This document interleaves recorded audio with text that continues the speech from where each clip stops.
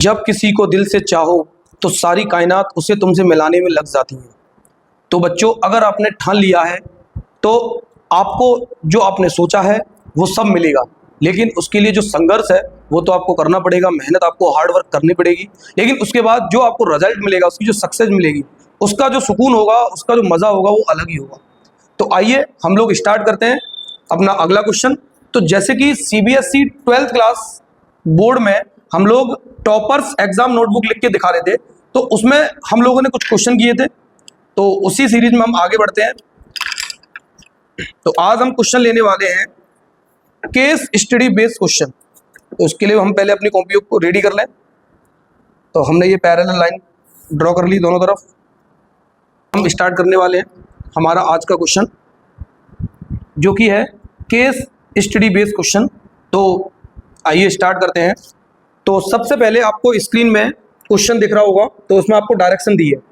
तो डायरेक्शन में दिया है these questions are case study based question, read the following paragraph and answer the question. तो सबसे पहले मैं आपको इसका एक तरीका बताता हूँ, आपको बेस्ट तरीका क्या है। इसमें आपको एक पैराग्राफ दिया होगा और उस पैराग्राफ के नीचे आपको कुछ क्वेश्चन दिए होंगे, तो उस पैराग्राफ से रिलेटेड क्वेश्चन होंगे, तो उसके आपको आंसर आपको देने हैं। लेकिन कभी कभार क्या होता है, बच्चे ये समझ लेते हैं कि पैराग्राफ में डायरेक्ट क्वेश्चन का आंसर मिल जाएगा, लेकिन ऐसा जरूरी नहीं है कि आपको जो आंसर मिलेगा वो डायरेक्टली मिल जाएगा। आपको एक टॉपिक दिया होगा, आपको उसके बारे में ब्रीफ किया होगा, आपको चीज़ें बताई गई होंगी। अब आपको जो क्वेश्चन का जो आंसर देना है वो क्वेश्चन में जो पूछा गया है उसके हिसाब से आपको देना पड़ेगा। तो पहले आप केयरफुली आप क्या करेंगे, उस पैराग्राफ को, उस केस स्टडी को पहले पढ़ोगे। तो मैं थोड़ा सा पढ़ लेता हूँ।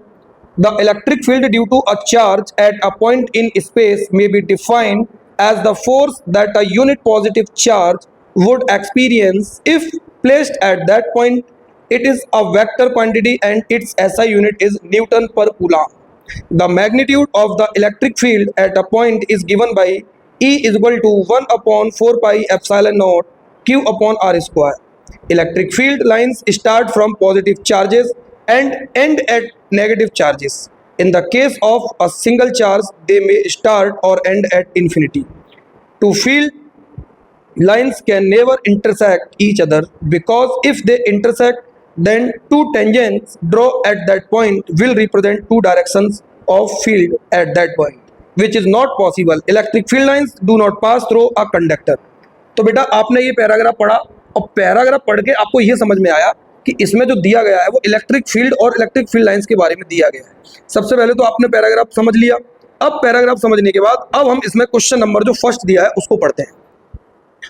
अब इसमें क्वेश्चन नंबर जो फर्स्ट दिया है उसमें एक फिगर भी बना के दिया है और आपको बोला गया है 4 point charges are placed at the corners of a square of side a centimetre as shown in a figure. Find the magnitude and direction of the electric field at the centre O of the square.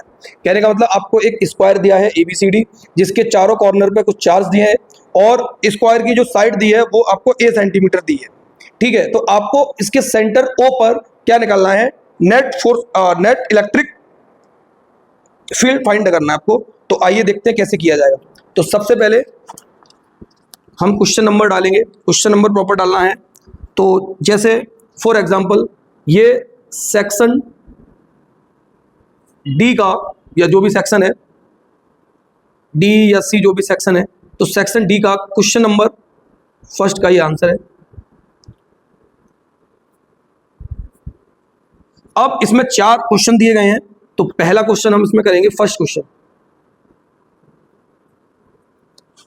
तो इसमें एक figure दिया है, तो आप पहले figure बना लें। एक स्क्वायर दिया है, स्क्वायर बना ले प्रॉपर।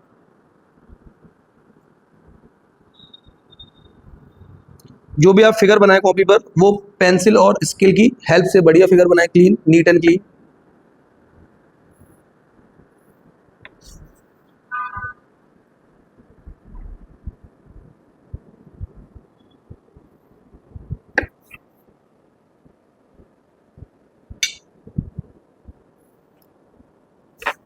तो ये हमने एक स्क्वायर बना लिया।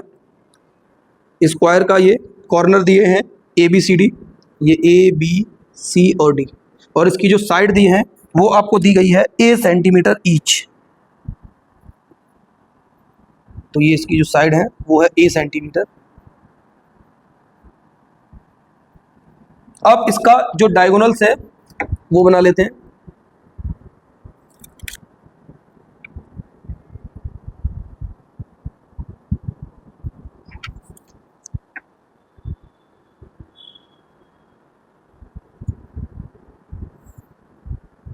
तो डायगोनल का ये जो पॉइंट है जहां पर दोनों डायगोनल एक दूसरे को क्रॉस कर रहे हैं, ये है इसका सेंटर ओ पॉइंट। अब इसी सेंटर पर हमें क्या निकालना है, नेट इलेक्ट्रिक फील्ड निकालना है। अब यहाँ पर कुछ चार्ज भी दिए हैं, तो जैसे ए कॉर्नर पर दिया है -2q चार्ज, बी कॉर्नर पर दिया है +q चार्ज, सी कॉर्नर पर दिया है -q चार्ज और डी कॉर्नर पर दिया है +2q चार्ज। तो ऐसे करके 4 चार्ज दिए हैं आपको, और आपको सेंटर पे क्या निकालना है, नेट इलेक्ट्रिक फील्ड फाइंड करना है। तो आइए देखें इसको कैसे करते हैं। तो सबसे पहले तो यहाँ पर हम इलेक्ट्रिक फील्ड की डायरेक्शन वगैरह देख लेंगे।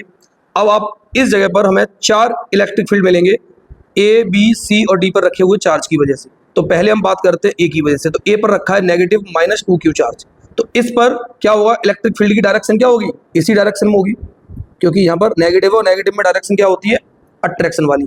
तो इसको हमने नाम दे दिया EOA। तो इलेक्ट्रिक फील्ड की डायरेक्शन क्या होगी, ये वाली, ठीक है। अब सी पॉइंट पर इलेक्ट्रिक फील्ड क्या होगा, ये डायरेक्शन होगी EOC, तो इनको नाम दे दिया EOC। अब प्लस की वजह से अवे होती है, तो डी की वजह से इसका जो इफेक्ट आएगा वो कहाँ आएगा, इस जगह पर आएगा अपोजिट में EOD, और बी की वजह से जो इफेक्ट आएगा वो इस डायरेक्शन में आएगा, क्योंकि पॉजिटिव की वजह से अवे होती है डायरेक्शन और नेगेटिव की वजह से टूवर्ड्स OB। तो यहां पर हमें O पॉइंट पर क्या मिल गया, डायरेक्शन मिल गई, 4 इलेक्ट्रिक फील्ड मिल गया। अब यहां पर समझने वाली बात यह है कि जैसे हम लोग जानते हैं और हमारी केस स्टडी में भी दिया है कि इलेक्ट्रिक फील्ड क्या है, एक वेक्टर क्वांटिटी है, और वेक्टर क्वांटिटी के लिए आपको अगर सम करना है, उनको एडिशन करना है, तो वो वेक्टर सम वाला जो फॉर्मूला होता है वेक्टर के हिसाब से ही करना पड़ेगा। तो इसके लिए आपको एंगल वगैरह, डायरेक्शन वगैरह भी आपको देखनी पड़ेगी। तो सबसे पहले हम क्या करेंगे, यहाँ पे सबसे मेन चीज है कि यहाँ पर आप डायरेक्शन के हिसाब से यहाँ पर जो डिस्टेंस दी है, ये डिस्टेंस आप फाइंड कर लें। तो डिस्टेंस फाइंड करने के लिए आपको पता है यहाँ पर ये एक राइट एंगल ट्राइंगल बन रहा है, या फिर एक फॉर्मूला आपने पढ़ा होगा कि अगर किसी स्क्वायर की साइड a सेंटीमीटर है तो उसका जो डायगोनल होता है वो a√2 होता है। तो इस हिसाब से यहाँ पर जो डायगोनल है, इसको मैं नाम दे दूं BD और AC। तो BD और AC कितना हो जाएगा, a√2। अब BC और ये तो हो गया। अब हमें क्या चाहिए, हमें चाहिए AO, OB, OC और OD। तो ये क्या हो जाएंगे, डायगोनल के हाफ हो जाएंगे, आधे हो जाएंगे। तो इस हिसाब से यहां पर AO, BO, CO और DO कितना हो जाएगा, ये जो डायगोनल है इसका हाफ हो जाएगा। तो a√2/2। तो यहां पर क्या वैल्यू आ जाएगी, a/√2, क्योंकि √2 से 2 डिवाइड हो जाएगा, √2 टाइम्स। तो ये आपकी डिस्टेंस आ गई a/√2 सेंटीमीटर। तो हमने ये डिस्टेंस निकाल दी, a/√2। सारी डिस्टेंस कितनी होगी, a/√2, ये भी a/√2 होगी और ये भी a/√2। तो हमने ये डिस्टेंस निकाल दी। अब हमें जब डिस्टेंस पता चल गया तो हम इजीली क्या निकाल सकते हैं, इलेक्ट्रिक फील्ड निकाल सकते हैं सभी का। अब एक चीज और ध्यान दीजिए कि ये जो स्क्वायर के जो डायगोनल्स होते हैं, तो वो जो एक दूसरे को इंटरसेक्ट करते हैं, तो इनके बीच का ये जो एंगल होता है वो 90 डिग्री का होता है। तो ये एक दूसरे के साथ 90 डिग्री के एंगल पर कट कर रहा है। तो ये एंगल सारे कितने होंगे, 90 डिग्री, क्योंकि पूरा कितना होता है, 360 का होता है। तो ये 90 के एंगल होंगे इनके इलेक्ट्रिक फील्ड के बीच में। तो आइए स्टार्ट करते हैं अब इसको सॉल्व करना। जैसे अभी हमने जो फिगर बनाया था, तो उसमें हम पहले ये जो इलेक्ट्रिक फील्ड है ओ पॉइंट पर, वो हम फाइंड कर लेंगे उसकी वैल्यू। तो सबसे हम पहले हम बात करते हैं EOA की। तो इलेक्ट्रिक फील्ड का फॉर्मूला आपको पता है क्या होता है, KQ/R², या K की जगह आप 1/4πε0 भी ले सकते हो। तो ये हो जाएगा 1/4πε0, और यहाँ पर टोटल चार्ज कितना है, A पॉइंट पर 2Q। तो आपने 2Q चार्ज ले लिया, अपॉन यहाँ पर जो डिस्टेंस होगी वो कितनी होगी, A/√2। तो A/√2 का स्क्वायर कर दोगे। अब इसको आप सॉल्व करोगे तो ये आपका आ जाएगा 1/4πε0 2Q। अब नीचे देखिए क्या हो जाएगा, A² हो जाएगा, और नीचे ये √2 है, तो √2 का स्क्वायर हो जाए तो 2, और 2 कहाँ पहुंच जाएगा, ऊपर आ जाएगा। तो फाइनली आपको EOA मिल गया 1/4πε0, और ये हो जाएगा आपका इंटू 4q अपॉन ए स्क्वायर, इक्वेशन फर्स्ट। ऐसे ही आप सिमिलरिटी देखो तो डी पॉइंट पे भी 2q चार्ज रखा है तो डी पे भी इतना ही निकलेगा। EOD तो आप सॉल्व करोगे तो आपको इतना ही मिल जाएगा, 1/4 pi epsilon not 4q upon A square Newton में, इक्वेशन सेकेंड। तो ये आपका फोर्स न्यूटन में निकलेगा। अब हम बात करते हैं बी और सी पॉइंट पर। तो बी और सी पॉइंट पर भी सिमिलर प्लस क्यू और माइनस क्यू चार्ज है, तो यहाँ पर भी सेम निकलेगा। तो पहले हम बात करते हैं बी पॉइंट पर, तो हम निकालेंगे EOB। तो EOB हमारा कितना हो जाएगा, EOB हमारा हो जाएगा 1/4 पाई एप्सिलॉन नॉट। अब यहाँ पर Q कितना है, यहाँ पर जो चार्ज है वो है प्लस Q, तो Q अपॉन डिस्टेंस तो सेम ही है, A अपॉन √2, तो A अपॉन √2 का whole square.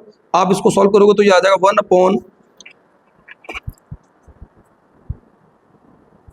1/4 pi epsilon not Q upon A square upon √2 का स्क्वायर 2, तो 2 कहाँ बन जाएगा, ऊपर बन जाएगा। तो ये हो जाएगा आपका 1/4 pi epsilon not into 2q upon A square. ये न्यूटन पर कूलम में होगा, न्यूटन पर कूलम यूनिट होती है, यूनिट का थोड़ा सा ध्यान रखें। तो ये हो जाएगा न्यूटन पर कूलम, और ये इक्वेशन थर्ड। अब इसके बाद हमें एक इलेक्ट्रिक फील्ड लास्ट रह गया सी पॉइंट पर। तो सी पॉइंट पर इलेक्ट्रिक फील्ड कितना आ जाएगा, बी के बराबर ही आएगा क्योंकि सिमिलर है सारी चीज़ें। तो ये सेम आ जाएगा 1/4 pi epsilon not 2q upon A square Newton पर कूलम, इक्वेशन नंबर 4। तो अब इन चारों इक्वेशन का यूज करके आपको क्या निकालना है, नेट इलेक्ट्रिक फील्ड निकालना है। तो जैसे यहाँ पर मैं थोड़ा सा आपको डायरेक्शन दिखा दूँ, ये मान लो O पॉइंट है, तो यहाँ पर था आपका EOA, इसके अपोजिट में था आपका EOC, यहाँ था आपका EOD, और यहाँ था आपका EOB। तो ये डायरेक्शन थी और इनके बीच के एंगल कितने थे, 90 के एंगल थे। अब देखिए जी क्या करना है, यहाँ पर हमें नेट इलेक्ट्रिक फील्ड निकालना है तो वेक्टर सम करना है। तो आपको पता है जब दो वेक्टर एक दूसरे के अपोजिट हो, मतलब उनके बीच का एंगल 180 हो, तो उनका नेट क्या होता है, A माइनस बी, ये आपको पता होगा। तो इन दोनों में देखो हम यहाँ पर EOA और OC, तो इनका हम रिजल्टेंट निकालेंगे। चारों इलेक्ट्रिक फील्ड हमने निकाल लिए, अब हमें 4 इलेक्ट्रिक फील्ड मिल गए। तो मैं यहाँ पे थोड़ा सा आपको बना के दिखा देता हूँ कि जैसे ये है आपका O पॉइंट, तो आपको ये इलेक्ट्रिक फील्ड मिल गया यहाँ पर।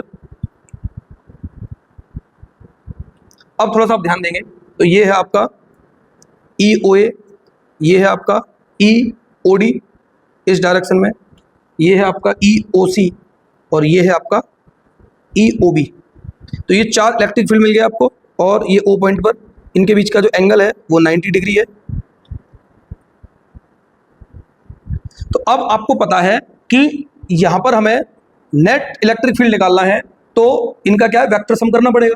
तो वेक्टर सम करने के लिए आपको पता है कि अगर दो वेक्टर के बीच में 180 डिग्री का एंगल होता है तो उनका रिजल्टेंट होता है A माइनस बी, ठीक है। तो यहाँ पर ये 4 की जगह हम 2 ही इलेक्ट्रिक फील्ड यहाँ पर रिप्रेजेंट करेंगे।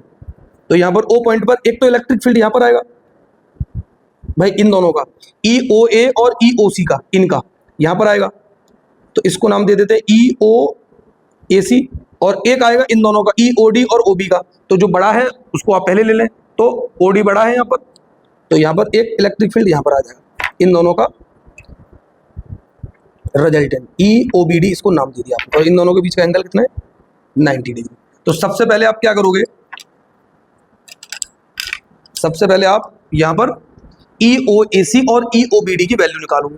तो EOAC आपका हो जाएगा EOA माइनस EOC, तो ये वैल्यू आपकी 1/4 pi epsilon not 4q upon A square, ठीक है, minus 1/4 pi epsilon not 2q upon A square. अब इनको आप सॉल्व कर लो, तो EOAC की वैल्यू आपको मिल जाएगी। तो आपको दिख रहा है ये 4 है, यहाँ पे 2 है और सारा सिमिलर है, तो 4 में से 2 जाएंगे तो कितना बचेगा, आपका फाइनल वैल्यू बचेगी 1/4 pi epsilon not 2q upon A square Newton पर कूलम। तो आपका EOAC आ गया ये। अब ऐसे ही EOBD आप निकाल लो, तो ये क्या हो जाएगा, EOD माइनस EOB, तो ये भी ऐसी हो जाएगा, तो इसकी वैल्यू रख दो 1/4πε0 4q अपॉन ए स्क्वायर माइनस 1/4πε0 2q अपॉन ए स्क्वायर। तो ये फाइनल आपको मिल जाएगा OBD 1/4πε0 2q अपॉन ए स्क्वायर न्यूटन पर कूलम। तो आपको यहाँ पर EOA और EOBD भी मिल गया, ठीक है। अब ये वैल्यू आ गई, उनके बीच का एंगल 90 है। तो अगर कोई दो वेक्टर के बीच का एंगल 90 हो तो आपको पता है वेक्टर सम करते टाइम क्या होता है, उनका वेक्टर सम आप कैसे करोगे, √a² + b² करके, क्योंकि 90 डिग्री के लिए ये होता है। तो इनका रिजल्टेंट जो आएगा, तो इनका वो रिजल्टेंट आएगा, तो E net at O point, तो क्या फॉर्मूला बनेगा, √EOAC² प्लस EOBD²। और यहाँ पर इनके बीच का जो एंगल है वो कितना है, 90 डिग्री, और 90 डिग्री पे आपको पता है √R फॉर्मूला क्या बनता है, R वेक्टर के लिए A² + B²। ये आपका फॉर्मूला बन गया, ठीक है बच्चों। तो अब यहाँ पर आपको पता है EOAC और EOBD हमारे दोनों सेम आए। तो जब वैल्यू हमारी सेम है तो हम इसको क्या लिख सकते हैं, इसको लिख सकते हैं 2 × EOAC², दोनों की वैल्यू सेम है। We know that EOC = EOBD, तो ऐसे लिख सकते हैं। तो यहाँ से ये बाहर आ जाएगा √ से, तो ये आपका बन जाएगा EOAC √2। अब यहाँ पर EOAC की वैल्यू आप रख दो, तो EOAC क्या आया यहाँ पर 1/4πε0 2q अपॉन A² √2। तो आप इसको प्रॉपर लिख दें, तो ये हो जाएगा 1/4πε0 2√2q अपॉन A², और ये न्यूटन पर कूलम, ये इसकी यूनिट होगी। तो ये आपका फाइनल आंसर आ गया। तो सेंटर पर इतना नेट इलेक्ट्रिक फील्ड होगा। Thank you very much. तो यहाँ पर एक चीज़ और पूछी गई है, डायरेक्शन। तो आपने देखा कि यहाँ पर जो लास्ट में आपके इलेक्ट्रिक फील्ड आ रहे तो ऐसे करके आ रहे थे 90 डिग्री पर।